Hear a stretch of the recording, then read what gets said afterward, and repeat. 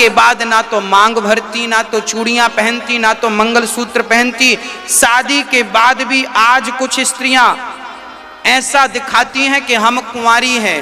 जो शादी के बाद मांग ना भरे, चूड़ी ना पहने, मंगलसूत्र ना पहने, इससे आप जानो कि ये सूर्पनखा की भतीजी है, ये सूर्पनखा के कुल से है। आज फैशन के कारण ना हमारी बहनें मांग नहीं भरती हैं आजकल शादी के बाद, ना मांग भरती, और भरती भी हैं तो इतना सा घिसनी से घिस लेती हैं बस, और वो भी दूसरे तरफ के बाल उठा के छिपा लेती हैं ताकि लोग ये ना कह सकें कि शादीशुदा है। अरे भाई, नारी के मांग में सिंदूर उसके सौभाग्य का परिचय होता है। सौभाग्यवती नारी के मांग में सिंदूर होता है। विधाता ना करे कि आपके मांग का सिंदूर उजड़ जाए, पर आज सुहागन स्त्रियां भी सिंदूर भरने से लजाती हैं। इन्हें क्या कहा जाएगा? ये सब सूर्पनखा की वंशज हैं। जो स्त्री विवाह के बाद मांग ना भरे, जो स्त्री शादी के बाद लोगों से ये कहे कि अभी मैं कुंवारी हूं, इन्हें आप क्या कहेंगे? सूर्पनखा कह रही है कि मैं कुंवारी हूं।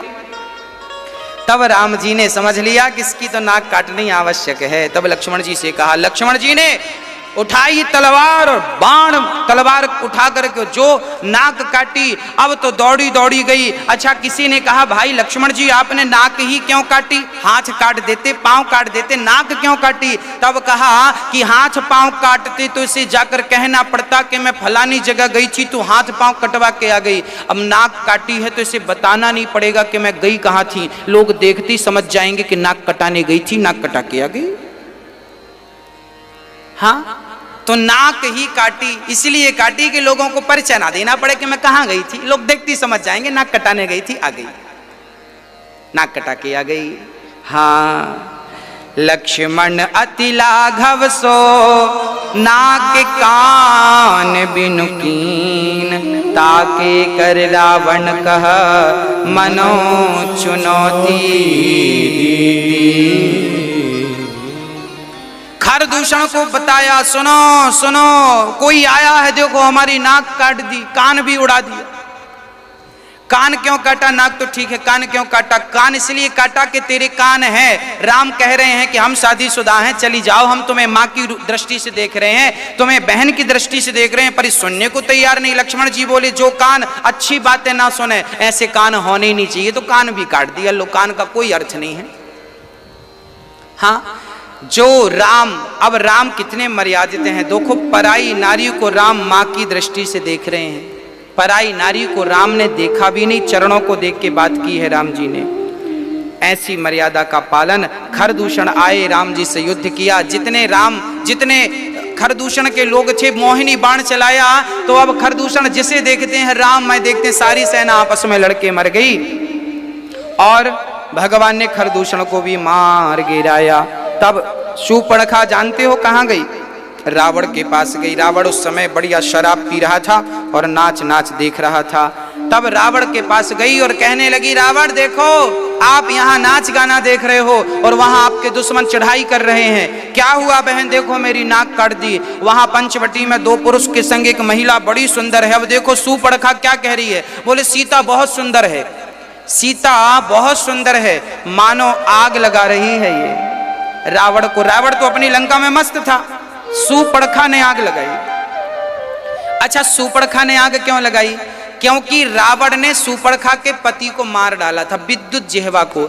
जब रावण ने सूर्पनखा के पति को मारा था ना, तब इसने अर्थात सूर्पनखा ने प्रतिज्ञा की थी कि रावण, जब तक तेरा विनाश नहीं कर दूंगी तब तक तेरे द्वार पर तेरी देहरी चढ़ूंगी नहीं।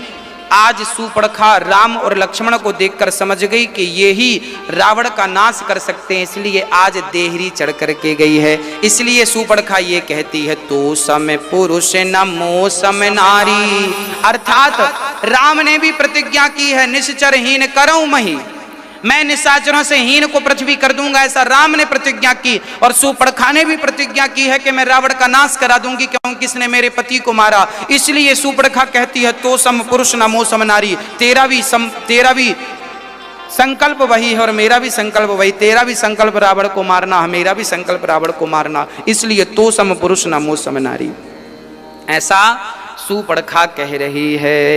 अब रावण ने विचार किया रात भर के, खर दूषण सम मोहि बलवंता, तिनहि को मारय बिनु भगवंता।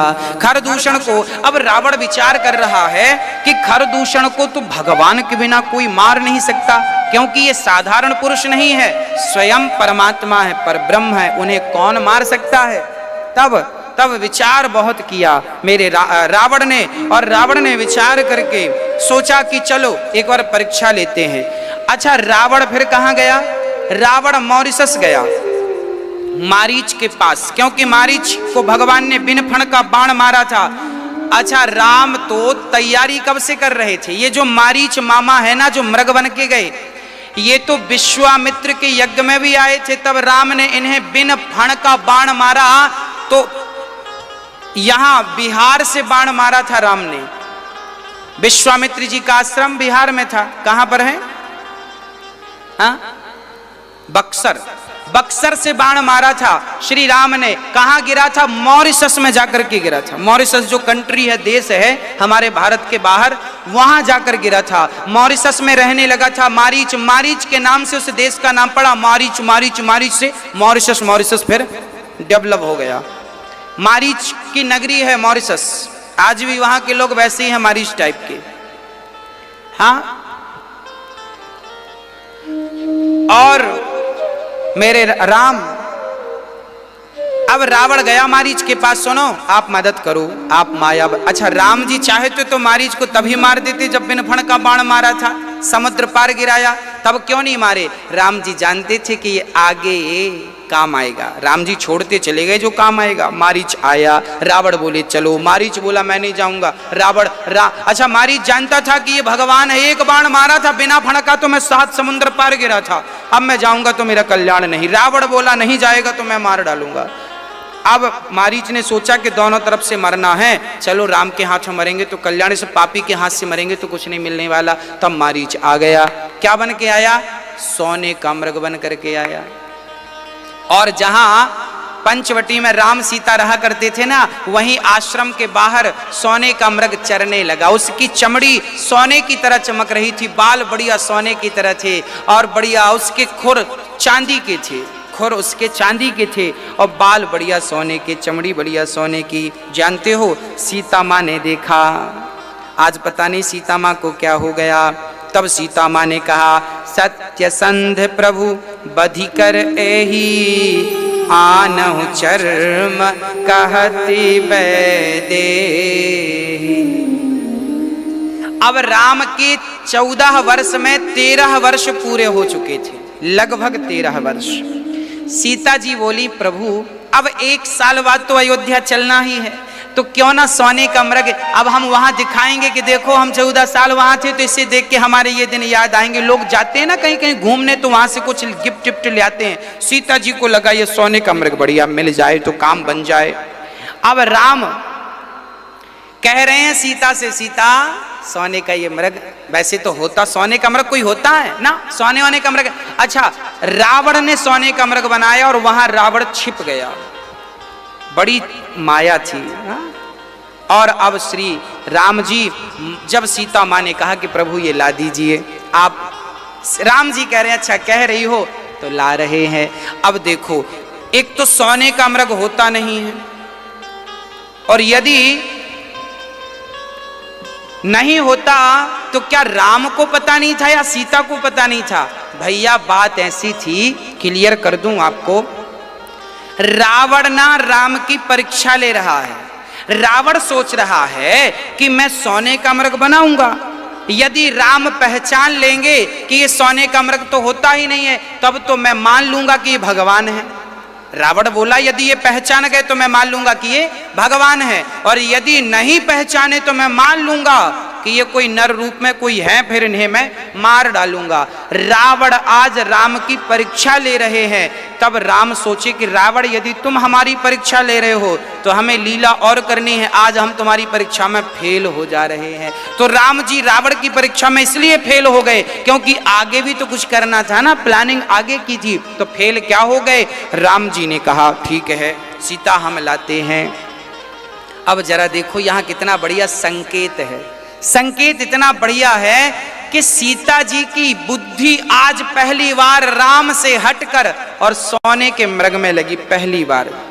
पहली बार आज सीता माँ ने राम के सिवा भी कोई चाहत की चाह रखी। और जब राम ने सोचा कि अच्छा तुम राम के सिवा भी सोने चांदी में मन लगा रही हो, तो सोने का मृग तो इतना सा है, चलो अब हम तुम्हें कुछ दिन सोने की लंका में ही भेज देते हैं ताकि ढेर सोना मिलेगा। सोने में मन लगाया मेरी सीता माँ ने, तो राम ने सोने की लंका दे दी। इसलिए कहते हैं सोने चांदी में मन लगाओगे तो बड़ा दुख पाओगे, तो सोने चांदी से मन हटाकर मेरे राम में मन लगाओगे तो भवसागर पार हो जाओगे।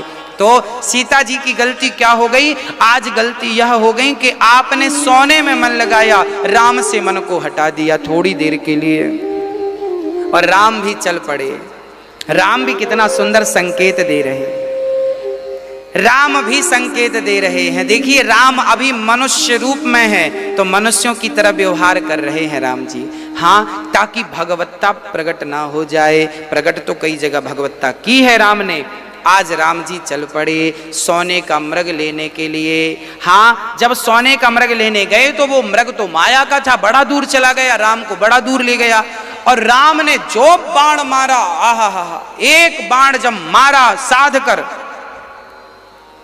तो क्या हुआ? बाण जब लगा तो गिर पड़ा मारीच और क्या बोला? राम, हा लक्ष्मण, हा लक्ष्मण, हा लक्ष्मण कहकर बुलाया।